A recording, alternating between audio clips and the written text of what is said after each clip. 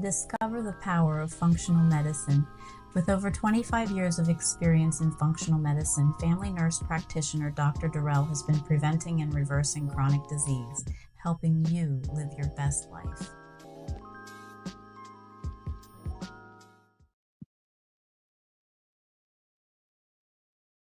Hey everyone, welcome to the Functional Power of Functional Medicine podcast. My name is Darrell Handwerker, family nurse practitioner with advanced certifications in functional medicine and as a family nurse practitioner. And today we're going to talk about such an important subject as gut health.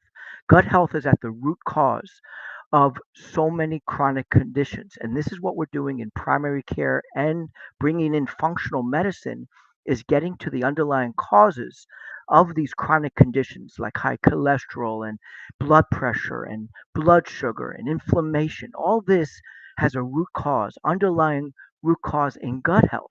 And the science and the evidence about the microbiome in the gut is so powerful.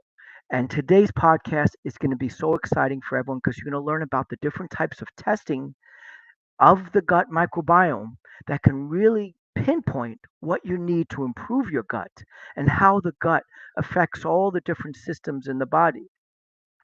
And it used to be not so simple about gut health and how to improve it. We used to say that just taking probiotics uh, might be the answer, the simple answer, and it wasn't so simple. As we're going to see on this podcast, that you're going to see that there's good bacteria that is going to be beneficial, and it's not because of the bacteria; it's what they do for the gut, for the rest of the body.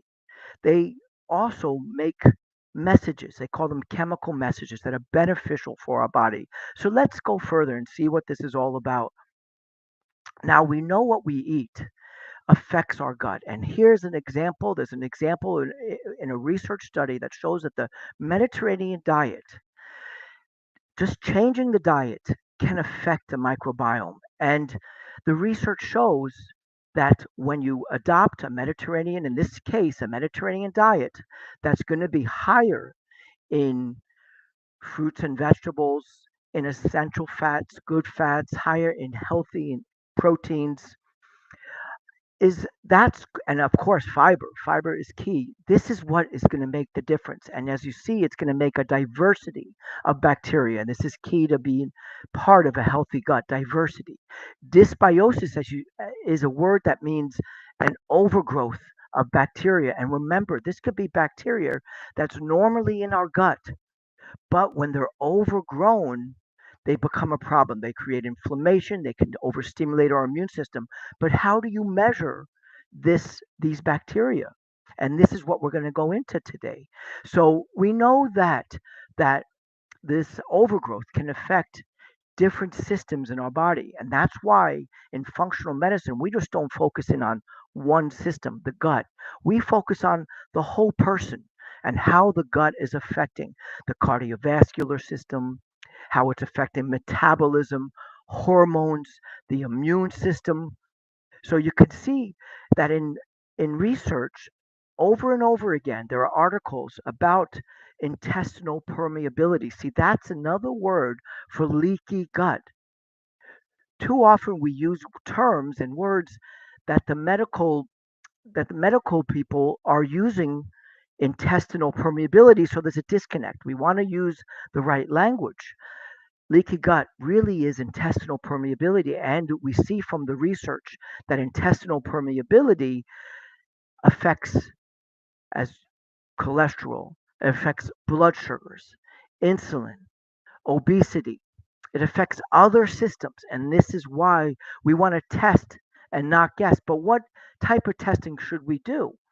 And here's an example of the type of testing that we do, which is DNA PCR testing, because that is the most accurate, and it also gives you a quantity, a number. Because, like I said, this bacteria normally grows in the gut. So we don't just want to know if it's there, we want to know if it's there and how much. And so we see on testing that you get a number and you get the specific species. Now, why is it important to measure out and to know the specific species, the specific strains? Because in the good bacteria, as we're going to see, certain species are very important to have in good amounts, not too much and not too low. And when it comes to these opportunistic bacteria, when they overgrow, they can become inflammatory. They can create inflammation in the arteries. Those are called lipopolysaccharides, LPS. It affects the cardiovascular system.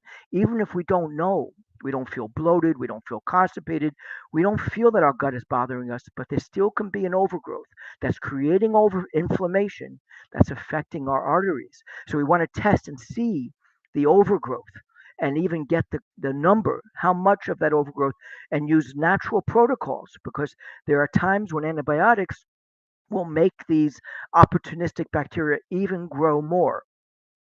So we really want to have the different variety of protocols, natural, and have access to antibiotics when we need it. So here we see that there is such an important connection between the gut and how we get rid of estrogen. We know that hormones are so important, but also getting rid of these hormones are equally important, because you don't want a buildup of excessive hormones. And our gut is a way we get rid of hormones. And in the research, we can see that what we call the estrobolome, which is the idea that these bacteria, when overgrown, they'll start recirculating the estrogen, and that becomes dangerous. It can become an increased risk for breast cancer and even prostate cancer. And so, how do we measure that? We can measure that with a marker on this test, this DNA PCR test called beta glucuronidase. And when that's elevated, we could use natural nutrients, supplements, and nutrition, food, that can help bring this enzyme down and thereby decrease the risk of having this estrogen recirculated in the gut, decrease the risk of breast cancer and prostate cancer, which are these hormonal related cancers. And now we see that the immune system can be affected by the gut, because 70% of our immune system is in the gut. And in the research, we can see that there are certain specific strains of bacteria, and this is why we want to be testing for specific strains accurately with DNA PCR stool testing and quantifying it to see how much it's overgrown. Because, like I said, it's normally going to be there in the gut, but we want to know how much is overgrown. And we can see that in the research, an organism, a species like Klebsiella pneumonia, is associated with autoimmune conditions such as ankylosing spondylitis. And we also want to test for that particular strain of bacteria, Klebsiella pneumonia, which has been associated with these autoimmune conditions. We also want to see about certain bacteria that is associated with this gut brain connection. We know that the gut is the second brain. And what does that mean?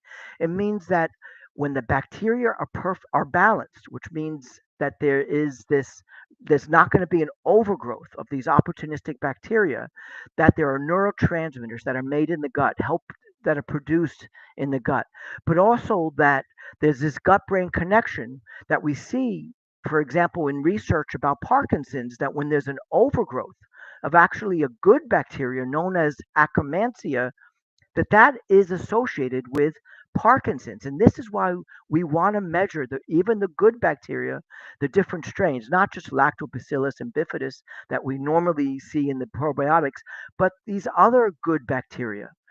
And again, we don't want them too much. So just giving probiotics is not always the answer, because too much of a thing is not always the answer. As we see in Parkinson's disease, too much of Akkermansia is a problem.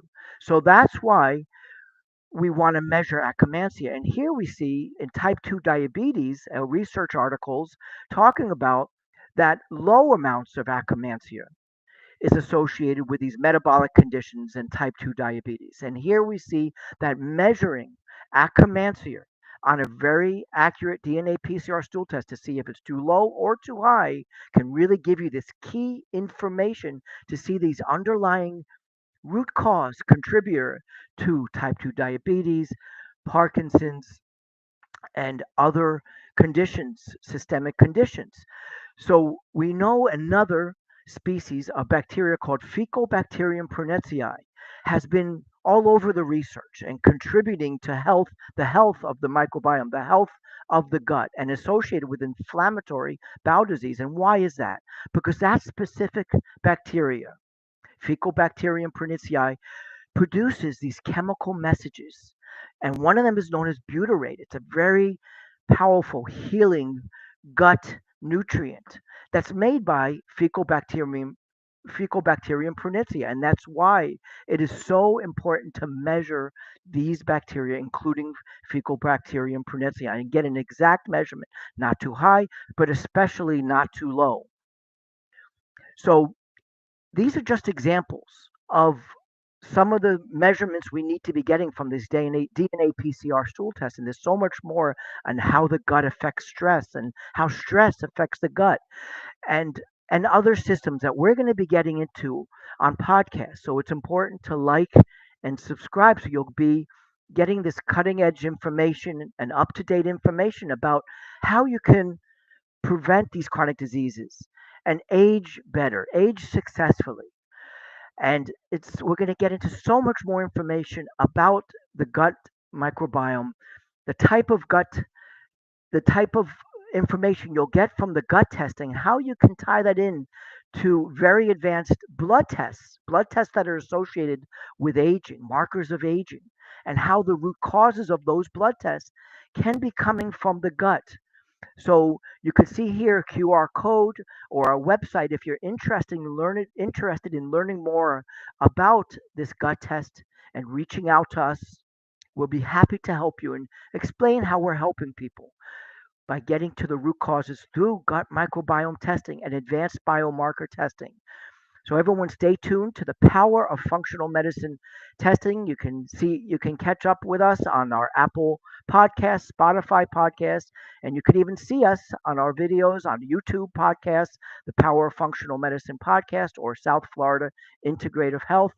And we'll see you next time.